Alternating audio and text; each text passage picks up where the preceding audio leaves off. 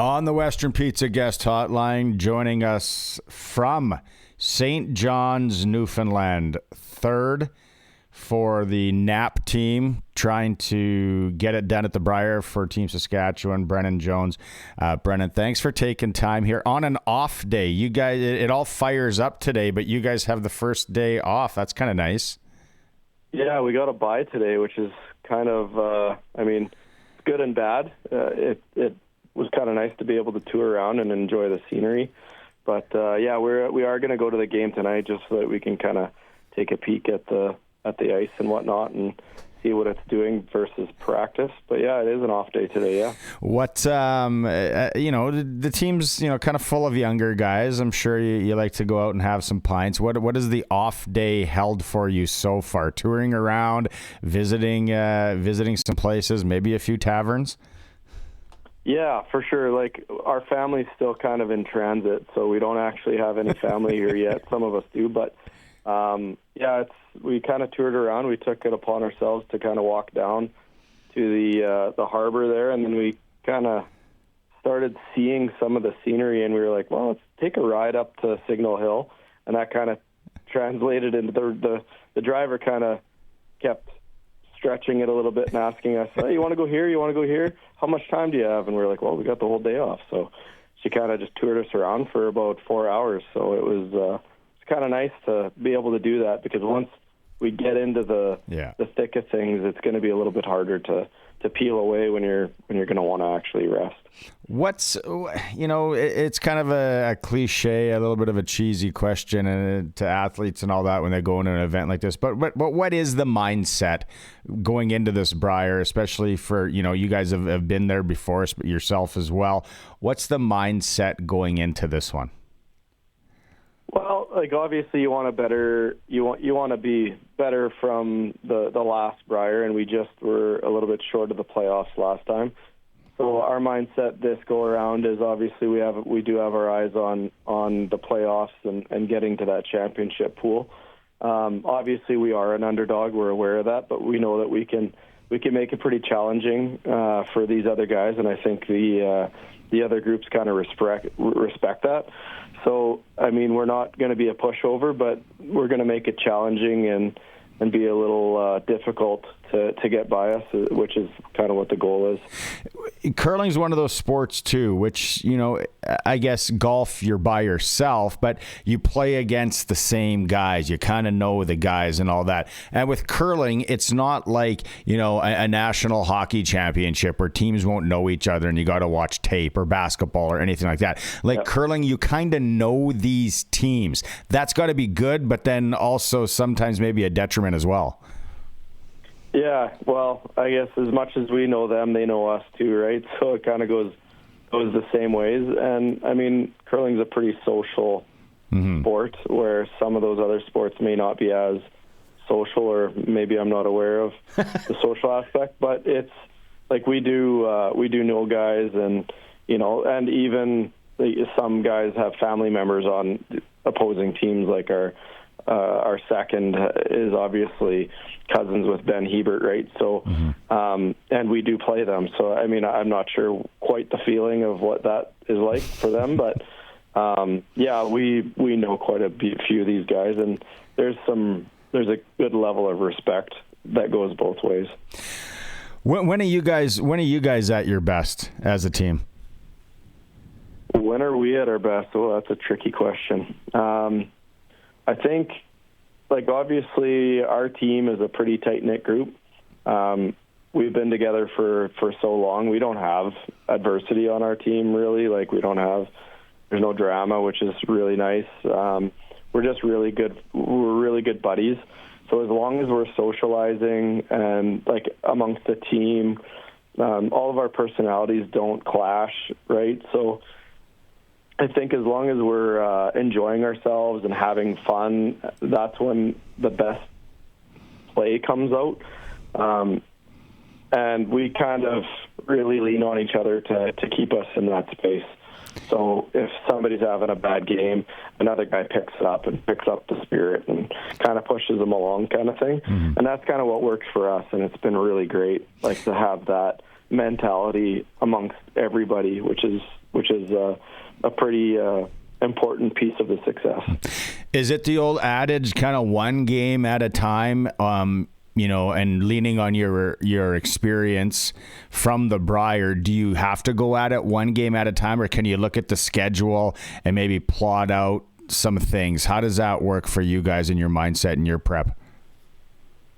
It's tough to plot out anything. It is one game at a time. You do have to kind of plot out what rocks you're playing with, and you kind of want to kind of check out how they're running and what the other groups are throwing them. Like, you might go and check out and see what the rotation, because each rock could be different, right? Mm-hmm. So you do have to match rocks. So you do have to kind of look ahead a little bit. But in the grand scheme of things, it's one game at a time for our mindset. And that's why we have a coach in the fifth, that they can kind of do that one step ahead, so that we can worry about the step that we're on right now. What's the team? What's the venue like? Obviously, I want to ask about the patch too. I don't even know if you know that so far, but what is the venue like in St. John's? The venue is phenomenal. This is something that I've never had in an event before. That the patch is connected to the hotel, which is connected to the Mary Brown Center where we're playing. So it's kind of a trifecta, and we don't have to walk outside, which is really cool. So that's one thing. We haven't seen the patch yet. We will be checking that out tonight, because we obviously don't play. We don't play until tomorrow at 7 p.m. Yeah. So we got some time to burn tonight and tomorrow as well.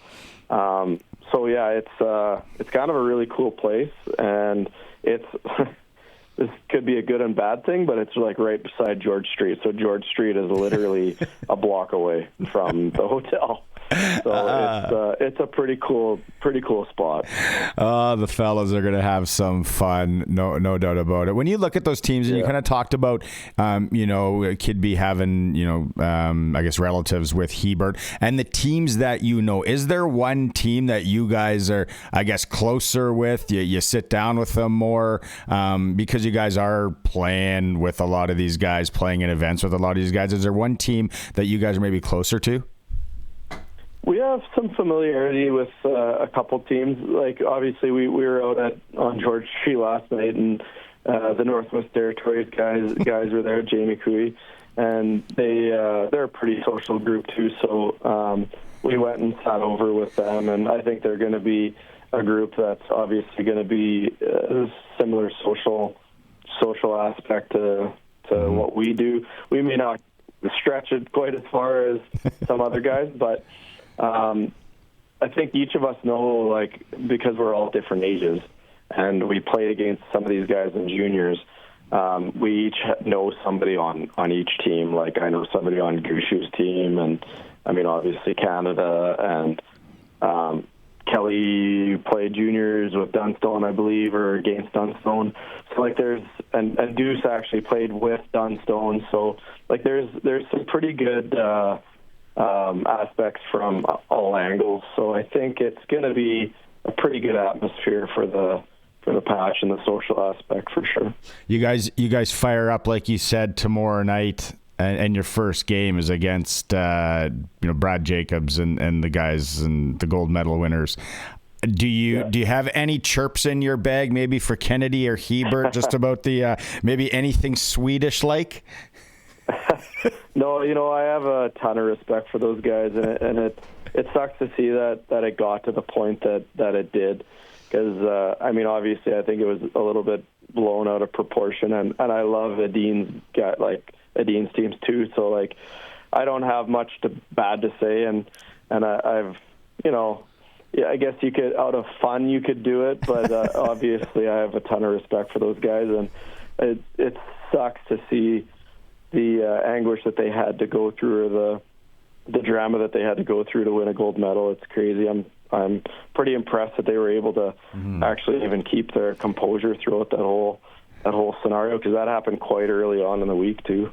I'll ask you, as a curler, Brennen Jones, third for Knapp's team at the Brier here on the Western Pizza Guest Hotline.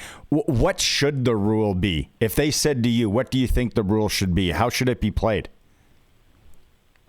In my opinion, you know what? As long as the rock's released before the hog line, I don't care if you really sit on it and throw it really, right? Like, I think there's got to be a little bit of leniency in the sense of like obviously, like looking at Rachel Holman's throw, for example, she released the rock and then it looked like her hand just kind of dropped from the handle.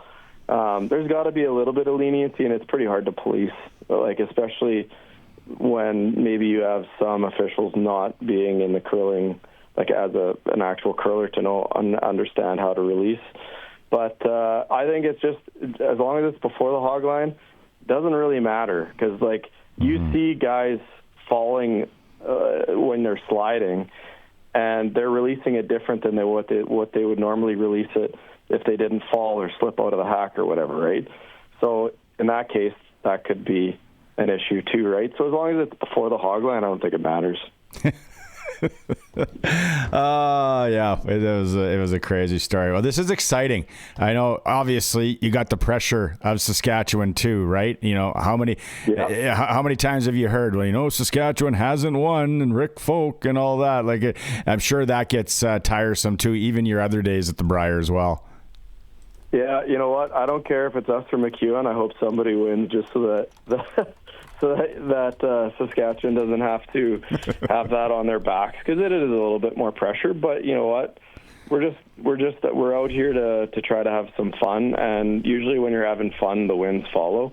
Yeah. And you know what? I think there's two good teams out here representing Saskatchewan, that I think one of us can probably pull one of those off. Right on. Yeah. Sure. 1980, 44 years ago. It's crazy. It's crazy because we've had a lot of successful curlers in Saskatchewan, and we couldn't do it. All right. You know, you get to sleep in tomorrow, so really explore tonight. Visit the patch, have some fun. You said the trifecta. That's awesome. Maybe you got to send us some pictures. Have fun out there. Appreciate you doing this here on first day of the Brier, and of course, best of luck to you guys. You betcha. Thanks so much.